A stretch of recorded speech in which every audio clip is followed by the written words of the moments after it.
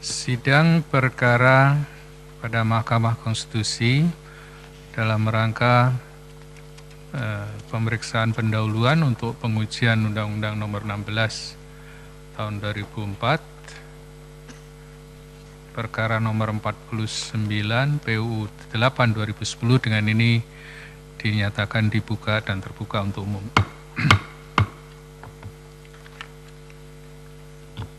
Baik, Assalamualaikum warahmatullahi wabarakatuh. Selamat pagi, salam sejahtera untuk kita semua. Baiklah, saya mempersilahkan kepada saudara pemohon untuk mengenalkan diri sekalipun sudah terkenal, ya. Dan kemudian nanti memaparkan apa saja yang menjadi pokok permohonan saudara. Saya persilahkan saudara.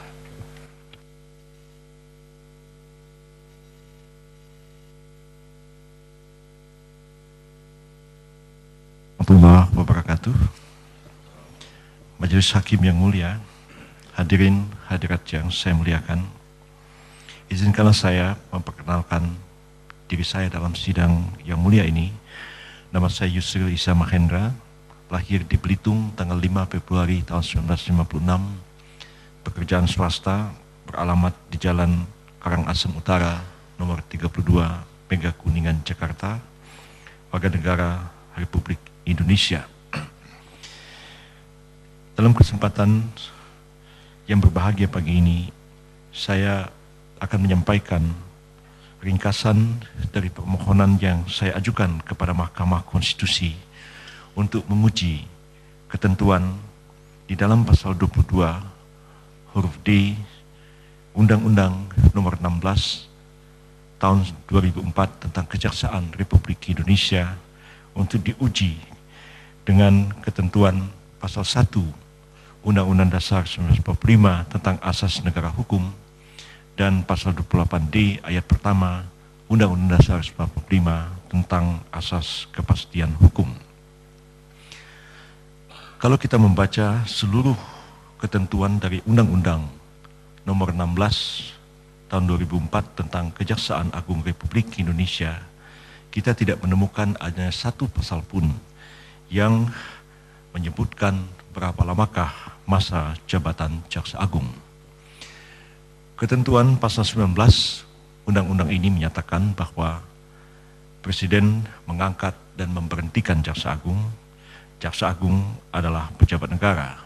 Sementara di dalam pasal 22 disebutkan Jaksa Agung diberhentikan dengan hormat dari jabatannya oleh Presiden karena pertama meninggal dunia, kedua sakit rohani dan jasmani terus-menerus, ketiga atas permintaan sendiri, keempat berakhir masa jabatannya, dan yang kelima karena tidak lagi memenuhi syarat sebagai Jaksa Agung seperti diatur di dalam pasal 9 undang-undang tersebut.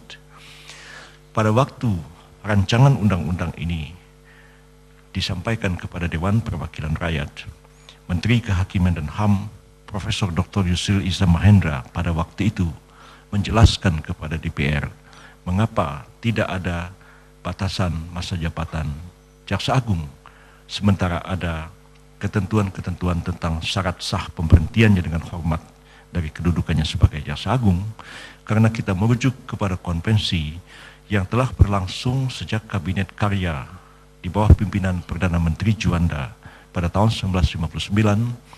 Jaksa Agung telah dilepaskan dari kedudukannya sebagai Jaksa Agung pada Mahkamah Agung Republik Indonesia, ditarik sepenuhnya kepada pemerintahan dan dimasukkan sebagai anggota kabinet dan diberi status sebagai Menteri Negara. Dan karena itulah konvensi sejak tahun 59 sampai tahun 2004 pada waktu itu, bahkan sampai tahun 2009 dengan Kabinet Indonesia Bersatu di bawah pimpinan Presiden Susilo Bambang Yudhoyono, tradisi semacam itu terus berlangsung sehingga dapat kita katakan dia telah menjadi konvensi ketatanegaraan. Dengan demikian, tafsir yang benar menurut hemat kami adalah bahwa karena undang-undang tidak membatasi masa jabatan Jaksa Agung, tetapi dikatakan Jaksa Agung diberhentikan karena berakhir masa jabatannya, maka tafsir yang benar atas ketentuan dalam pasal 22D itu adalah pertama dengan cara mengkaitkan masa jabatan Jaksa Agung itu dengan masa jabatan kabinet. Dia diangkat di awal kabinet dan berakhir masa jabatannya dengan berakhirnya usia kabinet dan sekaligus juga berakhirnya masa bakti presiden yang bersangkutan. Atau dengan cara kedua, apabila Jaksa Agung itu tidak diangkat menjadi anggota kabinet dan tidak diberi status sebagai menteri negara, tetapi berkedudukan sebagai Jaksa Agung sebagai pejabat negara biasa saja, maka di dalam keputusan presiden tentang pengangkatannya harus dijelaskan, harus ditegaskan berapa lamakah posisi Jaksa Agung itu akan menduduki jabatannya sebagai Jaksa Agung. Tafsir ini menurut kami adalah tafsir yang benar dan sesuai dengan ketentuan pasal 1 Undang-Undang Dasar dan ketentuan pasal 28 di ayat pertama Undang-Undang Dasar. Jika ditafsirkan sebaliknya atau ditafsirkan dengan cara lain daripada penafsiran seperti itu, maka penafsiran itu berpotensi menjadi tidak konstitusional, menjadi unkonstitusional, oleh karena pertama, Presiden tidak dapat memberhentikan Jaksa Agung dengan alasan pertama karena dia tidak meninggal, karena dia tidak sakit terus-menerus, dia tidak minta berhenti, dan kalau diberhentikan dengan alasan berakhir masa jabatannya, maka Jaksa Agung itu dapat mengatakan kepada Presiden kapan jabatan saya berakhir, dan ini akan menimbulkan problema di bidang hukum administrasi negara. Dan seperti pendapat Saudara Dedi Indrayana di dalam berbagai media massa pada tahun 2008, tanggal 8 Mei tahun 2008, pemberhentian oleh Presiden Susilo Bambang Yudhoyono terhadap Abdurrahman Saleh sebagai Jaksa Agung adalah tidak sah oleh karena menyalahi ketentuan pasal 22 yang bersangkutan tidak meninggal, tidak sakit, tidak minta berhenti, dan tidak jelas kapan berakhir masa jabatannya. Hal yang kedua, jika ditafsirkan tidak seperti yang saya katakan tadi, maka berpotensi Jaksa Agung itu menjadi Jaksa Agung seumur hidup, tidak dapat diberhentikan oleh Presiden, sementara adanya satu jabatan yang berpotensi dijabat secara seumur hidup adalah bertentangan dengan asas negara hukum seperti diatur di dalam pasal 1 Undang-Undang Dasar. Negara hukum dan demokrasi tidak memberikan peluang kepada seorang pejabat menduduki suatu jabatan tanpa batas waktu. Presiden, anggota DPR, Mahkamah Agung dan sebagainya, semuanya dibatasi masa jabatannya baik oleh undang-undang maupun oleh undang-undang dasar. Dan selain daripada itu adalah bahwa ketentuan penafsiran yang seperti itu juga berpotensi menghilangkan asas kepastian hukum seperti yang diatur di dalam pasal 28 di ayat pertama Undang-Undang Dasar 1945. Inilah inti dari permohonan saya kepada Majelis Hakim yang mulia agar kiranya dapat memutuskan bahwa penafsiran yang benar terhadap ketentuan pasal 22 di ayat Undang-Undang Dasar, Undang-Undang Nomor 16 Tahun 2004 adalah sejabatan Jaksa Agung harus ditafsirkan dalam konteks usia sebuah kabinet. Kalaupun tidak, maka masa jabatan Jaksa Agung harus ditegaskan di dalam keputusan Presiden tentang pengangkatannya.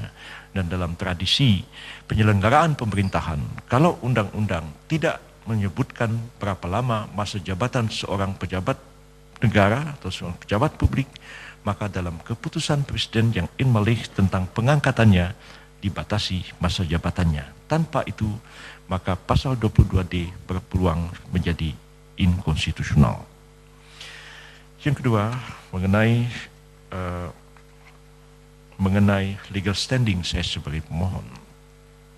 Saya sebagai pemohon adalah warga negara Republik Indonesia yang merasa bahwa hak konstitusional saya telah dirugikan dengan berlakunya ketentuan Undang-Undang Nomor 16 Tahun 2004 Pasal 22 jika ditafsirkan lain daripada apa yang saya kemukakan tadi. Secara faktual, saya berpendapat sesuai dengan tafsiran yang saya anggap konstitusional, maka Republik Indonesia sekarang tidak memiliki Jaksa Agung. Jaksa Agung yang sekarang dilantik dengan keputusan Presiden nomor 31P tahun 2007 yang merujuk kepada keputusan Presiden nomor 187 tahun 2004 tentang pembentukan Kabinet Indonesia Bersatu. Dalam Kepres 187 tahun 2004 disebutkan bahwa Presiden Susilo Bambang Yudhoyono dan Yusuf Kala telah diangkat sumpahnya sebagai Presiden dan Wakil Presiden untuk masa jabatan 2004-2009. Konsideran selanjutnya mengatakan untuk memperlancar tugas-tugas pemerintahan dipandang perlu untuk membentuk kabinet dan mengangkat menteri-menteri negara Kabinet Indonesia Bersatu. Konsideran selanjutnya mengatakan nama-nama yang tercantum dalam diktum keputusan ini dipandang telah memenuhi syarat untuk diangkat sebagai menteri-menteri negara. Kemudian dalam diktum pengangkatan disebutkan mengangkat Saudara Abdurrahman Saleh sebagai Jaksa Agung dengan kedudukan setingkat Menteri Negara. Kepres ini kemudian dirubah dengan Kepres nomor 31P tahun 2007 tentang reshuffle kabinet yang konsideransinya mengatakan untuk mengefektifkan jalannya pemerintahan dipandang perlu untuk melakukan beberapa pergantian personalia Menteri Negara dan Jaksa Agung Kabinet Indonesia Bersatu. Kemudian konsideran selanjutnya mengatakan nama-nama yang tercantum di bawah ini dipandang memenuhi syarat untuk diangkat sebagai Menteri Negara dan Jaksa Agung Kabinet Indonesia Bersatu. Dalam diktum menyatakan memberhentikan dengan hormat Saudara Abdurrahman Saleh sebagai Jaksa Agung dengan kedudukan setingkat Menteri Negara dan selanjutnya menyatakan mengangkat Saudara Hendarman Supanji SHCN sebagai Jaksa Agung dengan kedudukan setingkat Menteri Negara.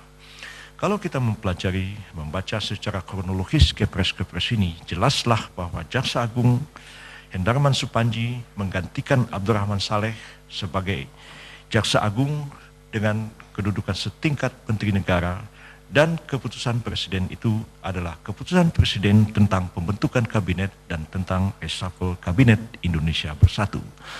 Maka dengan berakhirnya masa jabatan Presiden dan dibubarkannya Kabinet Indonesia Bersatu melalui keputusan Presiden nomor 83 tahun 2009, maka demi hukum seluruh anggota Kabinet Indonesia Bersatu bubar dengan sendirinya atau berhenti dengan sendirinya. Namun kelalaian di situ terjadi. Seluruh menteri diberhentikan, Saudara Hendarman Supanji tidak diberhentikan, tapi juga tidak pernah diangkat kembali baik sebagai anggota kabinet maupun bukan sebagai anggota Kabinet Indonesia Bersatu dalam pengertian hanya sebagai Jaksa Agung saja. Dengan berakhirnya masa jabatan Kabinet Indonesia Bersatu dan berakhirnya masa jabatan Jaksa Agung yang dibatasi oleh Kepres sesuai dengan usia kabinet, maka praktis sekarang ini tidak ada Jaksa Agung yang sah di Republik Indonesia. Dan kami berpendapat Jaksa Agung sekarang kedudukannya adalah illegal. Dan oleh karena illegal, maka seluruh tindakannya, seluruh kebijakannya, seluruh perintah-perintah jabatannya menjadi tidak sah dan tidak mengikat seluruh warga negara dan penduduk yang ada di negara Republik Indonesia. Hak konstitusional saya dirugikan oleh karena Jaksa Agung telah mengeluarkan surat keputusan pencekalan terhadap saya, pencegahan saya untuk pergi ke luar negeri dengan alasan disangka melakukan tindak pidana melanggar berbagai pasal di dalam Undang-Undang 31 tahun 99, Yungto Undang-Undang 20 tahun 2002. Menurut Undang-Undang 16 tahun 2004, Undang-Undang Keimigrasian dan Kitab Undang-Undang Hukum Acara Pidana, kewenangan untuk mencegah pergi ke luar negeri karena tersangka melakukan tindak pidana adalah kewenangan Jaksa Agung dan bukan kewenangan seorang penyidik. Karena itu saya menganggap keputusan Jaksa Agung tentang pencegahan bepergian ke luar negeri kepada saya warga negara Indonesia telah menghilangkan hak-hak konstitusional saya yang dijamin oleh konstitusi, hak kebebasan untuk bergerak, untuk pergi, meninggalkan dan kembali ke dalam wilayah negara Republik Indonesia sebagaimana layaknya seorang negara, menghilangkan kebebasan saya untuk bergerak, melakukan aktivitas-aktivitas yang lain, dan saya merasa keputusan Jaksa Agung yang tidak sah itu membawa persoalan baru bagi saya. Ya, secara de facto saya tidak bisa pergi ke luar negeri, tidak melakukan berbagai kegiatan yang berkaitan dengan hak kebebasan saya. Sementara saya berpendapat keputusan Jaksa Agung tentang pencegahan ke luar negeri itu adalah tidak sah. Kemudian saya juga dinyatakan sebagai tersangka dan saya telah menerima surat panggilan dari Direktur Penyidik pada Jaksa Agung Muda Tindak Pidana Khusus Kejaksaan Agung Republik Indonesia. Saya berpendapat oleh karena surat ini dikeluarkan oleh pejabat struktural Direktur Penyidik, saya menganggap juga adalah surat panggilan yang tidak sah. Kalau kita membaca berbagai ketentuan-ketentuan di dalam hukum acara pidana, disebutkan banyak sekali hal-hal yang berkaitan dengan kewenangan penyidik. Tapi jangan dilupakan, penyidik itu terkait dengan struktur jabatan birokrasi, yang kalau dia adalah penyidik bukan Kepolisian Negara Republik Indonesia, maka dia terikat kepada Undang-Undang Nomor 16 Tahun 2004 tentang Kejaksaan Agung Republik Indonesia. Pasal 2 ayat 1 Undang-Undang Kejaksaan menegaskan bahwa Kejaksaan Republik Indonesia adalah lembaga pemerintahan, masuk ke dalam organ pemerintahan di dalam cabang-cabang pemerintahan yang dikenal dalam konstitusi kita. Kemudian pasal 2 ayat 3 menegaskan bahwa Kejaksaan Agung berwenang melakukan berbagai tugas, antara lain juga tugas penyidikan yang diberikan oleh undang-undang, penuntutan dan sebagainya. Kemudian pasal 18 mengatakan Jaksa Agung adalah pimpinan yang merupakan penanggung jawab atas semua kebijakan langkah yang dilakukan oleh Kejaksaan Agung, dan pasal 35A menegaskan bahwa Kejaksaan Republik Indonesia merupakan satu kesatuan yang tidak terpisahkan. Setelah saya mempelajari berbagai peraturan-peraturan internal di Kejaksaan Agung, ternyata bahwa kewenangan untuk menetapkan seseorang menjadi tersangka dalam tindak pidana korupsi di Kejaksaan Agung bukanlah kewenangan penyidik, melainkan kewenangan Jaksa Agung. Karena itu saya membantah seluruh pendapat yang mengatakan bahwa meskipun Jaksa Agungnya tidak sah, tapi penyidikan sah karena penyidikan dilakukan oleh penyidik atas kuasa undang-undang, atas perintah undang-undang. Pendapat demikian hanya didasarkan kepada KUHAP tanpa merujuk kepada Undang-Undang Nomor 16 Tahun 2004 dan tanpa merujuk kepada peraturan-peraturan internal di Kejaksaan Agung sendiri. Secara tegas saya ingin mengatakan kewenangan untuk menetapkan seseorang menjadi tersangka dalam kasus tindak pidana korupsi dalam lingkup Kejaksaan Agung Republik Indonesia adalah kewenangan Jaksa Agung dan bukan kewenangan penyidik. Kemudian surat perintah penyidikan yang ditandatangani oleh penyidik, oleh Direktur Penyidik dilakukan atas nama Jaksa Agung Muda Pidana Khusus. Jaksa Agung Pidana Khusus Amari sekarang ini dilantik 2 bulan yang lalu oleh Jaksa Agung berdasarkan keputusan Presiden. Ketentuan-ketentuan di dalam Undang-Undang Pasal 18 Undang-Undang Kejaksaan mengatakan Jaksa Agung Muda diusulkan oleh Jaksa Agung untuk diangkat oleh Presiden. Meskipun yang mengangkat adalah Presiden dengan keputusan beliau, tetapi usulan untuk mengangkat Jampitsus itu dilakukan oleh Jaksa Agung yang tidak sah, dan karena itu keputusan Presiden yang mengangkat Jaksa Agung yang diusulkan oleh Jaksa Agung yang tidak sah mengandung cacat hukum di dalamnya. Jadi karena itulah saya tetap bersikeras mengatakan penetapan pencegahan ke luar negeri, panggilan oleh penyidik seluruhnya adalah tidak sah, dan untuk mencegah tindakan sewenang-wenang dari seorang pejabat yang tidak sah. Karena tindakan-tindakannya itu berkaitan langsung dengan hak-hak asasi manusia dan warga negara yang dijamin oleh konstitusi.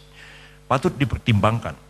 Kalau ketidaksahan itu hanya menyangkut seorang menteri yang tidak menjabati posisi yang penting dalam pemerintahan, mungkin akibat-akibat hukumnya tidak terlalu besar. Tapi seorang jaksa agung berwenang untuk menahan seseorang, memeriksa seseorang, menahan seseorang, melaksanakan putusan pengadilan, menuntut orang ke pengadilan, mencegah orang pergi ke luar negeri yang merupakan hak-hak dasar, hak-hak kebebasan seorang warga negara. Apabila kewenangan yang besar itu dilaksanakan oleh seorang pejabat yang tidak sah, maka akan menimbulkan persoalan-persoalan yang sangat besar dari segi konstitusi, hukum, dan hak asasi manusia di negara ini. Saya berpendapat bahwa apa yang saya sampaikan dan saya mohonkan kepada Mahkamah Konstitusi yang mulia adalah permohonan untuk menguji undang-undang dalam konteks pengujian tafsir terhadap Undang-Undang Nomor 16 tahun 2004 dengan Undang-Undang Dasar Negara Republik Indonesia, dan saya berpendapat Mahkamah Konstitusi berwenang untuk mengadili perkara ini, dan saya mempunyai legal standing untuk mengajukan ini sebagai satu perkara ke Mahkamah Konstitusi, dan saya telah melampaui permohonan ini dengan bukti-bukti dan juga sejumlah ahli yang insya Allah akan dimajukan dalam persidangan berikutnya. Demikianlah intisari permohonan saya kepada Majelis Hakim Konstitusi yang mulia atas segala perhatiannya kami ucapkan. Terima kasih. Wassalamualaikum warahmatullahi wabarakatuh. Baiklah, saudara pemohon, bahwa pada kesempatan ini barangkali ada yang disampaikan. Bapak Hakim Haryono, saya persilakan. Terima kasih, Pak Ketua. Yang Anda uraikan jelas alasan-alasan mengapa kemudian pemohon perlu untuk mengajukan permohonan ke Mahkamah Konstitusi. Dari urian itu yang secara lisan itu saya kira lebih lengkap daripada yang ditulis di sini. Ya kan? Saya lihat alasan-alasan yang Anda berkeberatan bahwa Jaksa Agung itu dipisahkan dari Kejaksaan, itu ada beberapa butir di sini, memang singkat sekali. Ini berkaitan dengan adanya masa 14 hari untuk bisa memperbaiki. Saya kira itu bisa ditambahkan untuk di situ dengan memperbaikinya. Dan karena ini juga persoalan yang Anda mohonkan untuk petitum itu ada pada halaman 14 itu bunyinya begini. Saya klarifikasi maksud dari permohonan ini. Karena juga mengajukan permohonan profesi. Itu ada angka petitum pada angka Romawi 6, itu ada 2 angka Arab, halaman 14 itu bunyinya begini. Menyatakan menunda pelaksanaan berlakunya pasal 22 ayat 1 di Undang-Undang Nomor 16 tahun 2004 tentang Kejaksaan Agung sampai pada putusan akhir Mahkamah terhadap pokok permohonan tersebut. Padahal pasal 22D itu 22 ayat 1D itu bunyinya begini. Berakhir masa jabatannya. Ya kan? Bunyi 22 ayat 1D itu berakhir masa jabatannya. Apakah yang Anda maksud dengan menunda pelaksanaan itu, karena itu 22 ayat 1D adalah berakhir masa jabatannya, itu menunda berakhirnya masa jabatan Jaksa Agung?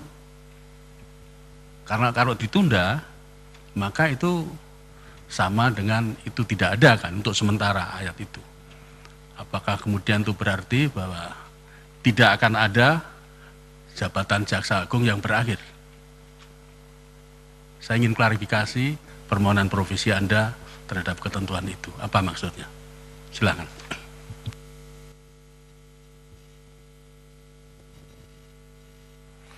Terima kasih. Majelis Hakim Konstitusi yang mulia, baiklah kami akan memperbaiki, mempertajam maksud kami di dalam profesi ini. Karena inti sebenarnya adalah, yang kami mohonkan adalah sebelum perkara ini selesai, mohon kepada Mahkamah Konstitusi untuk memberikan putusan provisi agar Kejaksaan Agung Republik Indonesia sebagai institusi menunda seluruh proses yang telah mereka putuskan, antara lain mengeluarkan keputusan untuk mencegah pergi ke luar negeri, menyatakan sebagai tersangka, memanggil sebagai tersangka untuk diperiksa di hadapan penyidik, sampai apa yang kami mohonkan di dalam permohonan ini dapat diputuskan oleh Mahkamah Konstitusi. Kami menyadari bahwa permohonan ini sebenarnya menguji norma-norma dan tidak masuk kepada kasus yang konkret. Tetapi implikasi dari putusan ini akan memperjelas peristiwa-peristiwa ketatanegaraan yang konkret yang ada, telah, dan sedang berlangsung sekarang ini.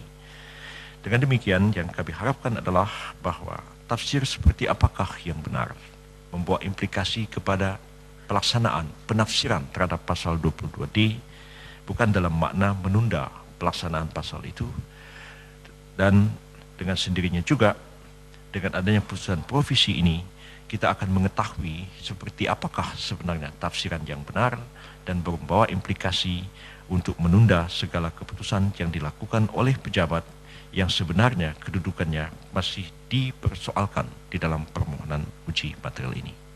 Terima kasih. Maksud dari permohonan Anda secara keseluruhan kita paham, cuma karena secara khusus dalam provisi itu disebutkan menunda pelaksanaan berlakunya pasal 22 ayat 1D, padahal 22 ayat 1D itu adalah persoalan yang menyangkut masalah berakhir masa jabatannya, ya. Kalau itu kemudian ditunda, berarti tidak akan ada berakhir masa jabatannya, kan begitu, saudara? Ya. Itu yang saya sampaikan untuk klarifikasi itu. Kalau toh ada maksud lain, tapi maksud lain tidak tertuang dalam redaksi itu, kesempatan memperbaiki itu adalah hak Anda, saya kira begitu. Baik, Oke. terima kasih. Ya. Terima kasih Pak Ketua. Ya, dalam pengajuan permohonan ke Mahkamah Konstitusi, maka salah satu prasyarat legal standing adalah adanya kerugian konstitusional yang harus bersifat spesifik dan aktual atau setidaknya kemungkinan terjadi. Dalam permohonan pengujian undang-undang ini berkaitan erat dengan keputusan-keputusan Presiden yang bersifat individual konkret. Tadi Bapak menjelaskan mengenai adanya peraturan-peraturan dalam intern kejaksaan. Saya rasa untuk perbaikan permohonan itu bisa disertakan sehingga kita bisa menganalisis dengan baik bagaimana hubungannya antara undang-undang itu dan keputusan Presiden serta peraturan-peraturan yang intern di dalam kejaksaan sendiri. Saya rasa itu. Baik, terima kasih. Kami akan memperbaiki dan saran-saran itu sangat bermanfaat dan sangat baik untuk kami jadikan bahan untuk menyempurnakan permohonan ini. Dua, untuk bukti yang saudara sampaikan juga barangkali lebih baik kalau bukti tentang Undang-Undang Dasar itu yang standar, ya. Ya. Kemudian juga tadi saudara menyebut-nyebut tentang pencekalan. Kira-kira bagaimana kalau ada surat yang dilampirkan di sini, ada surat pencekalan dan sebagainya. Baik. Saksi atau ahli yang barangkali saudara nanti juga akan saudara ajukan, sebaiknya juga disampaikan pada majelis, ya. Tentang hal yang berkenaan dengan putusan provisi, karena ini menyangkut keputusan yang pleno, jadi tentu akan dibicarakan dalam rapat permusyawaratan hakim terlebih dahulu. Saudara mempunyai waktu 2 minggu atau 14 hari maksimal, dan nanti pada sidang yang akan datang akan ditentukan dan dipanggil kembali. Barangkali cukup untuk hal demikian. Baik, terima kasih. Saya akan segera memperbaiki ini dan dalam waktu secepat-cepatnya, mungkin 3 hari saya akan menyampaikan perbaikan dari permohonan ini. Namun ada satu hal yang ingin saya tanyakan sehubungan dengan permohonan provisi. Sebenarnya tidak menyangkut permohonan pengujian undang-undang secara langsung disampaikan kepada Mahkamah Konstitusi, tapi sehubungan dengan putusan provisi, yaitu dalil saya yang mengatakan bahwa pendapat-pendapat yang berkembang selama ini bahwa meskipun Jaksa Agung tidak sah, tetapi ini kewenangan penyidik, maka penyidik tetap sah.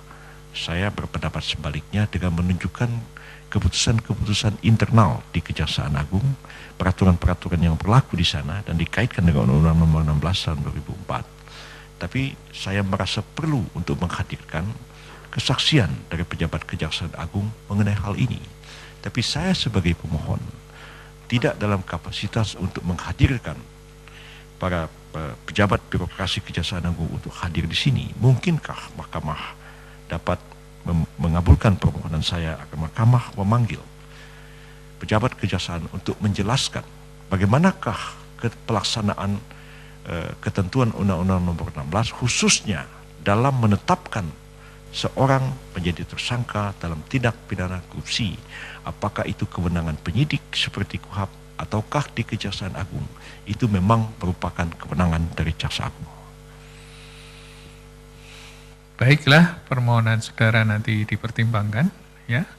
Dan tentunya ini juga dengan keputusan atau hasil rapat musyawarah hakim. Dan sekiranya perbaikan secepatnya bisa disampaikan, saya kira lebih bagus lagi. Ya, sidang juga akan bisa dijadwalkan kembali. Dan dengan demikian saya kira cukup pada persidangan pada pendahuluan pagi hari ini, dan dengan demikian sidang saya nyatakan ditutup. Hadirin dimohon berdiri. Yang berhormat Majelis Hakim Konstitusi meninggalkan ruang persidangan.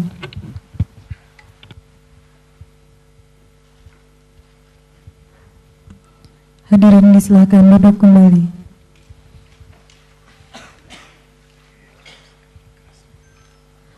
Hadirin yang kami hormati, demikianlah persidangan hari Kamis, tanggal 15 Juli 2010, untuk perkara nomor 49/PUU-8 Romawi/2010 telah selesai. Terima kasih, selamat siang.